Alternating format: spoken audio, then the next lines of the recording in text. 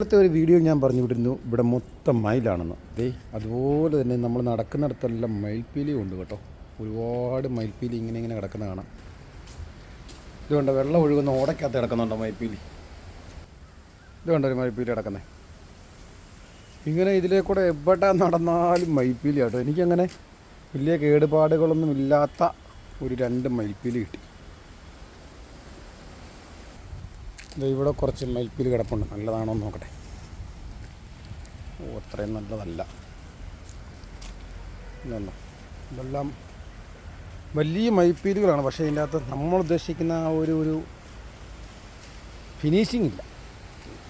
അതുകൊണ്ടൊക്കെ തന്നെയാണ് ഈ മയിൽ ഇതൊക്കെ പൊഴിച്ച് കളയുന്നതെന്ന് തോന്നുന്നു. ഈ നമ്മൾ മുടി വെട്ടുന്ന പോലെ. അപ്പോൾ മയിൽപ്പീലി വേട്ട ഇവിടെ കൊണ്ട് അവസാനിച്ചിരിക്കുന്നു. ഗസ്റ്റിന് പോകാൻ സമയമായി. ഇനി രാമേശ്വരത്തേക്കാണ് പോകേണ്ടത്. അടുത്ത വീഡിയോ രാമേശ്വരത്ത്.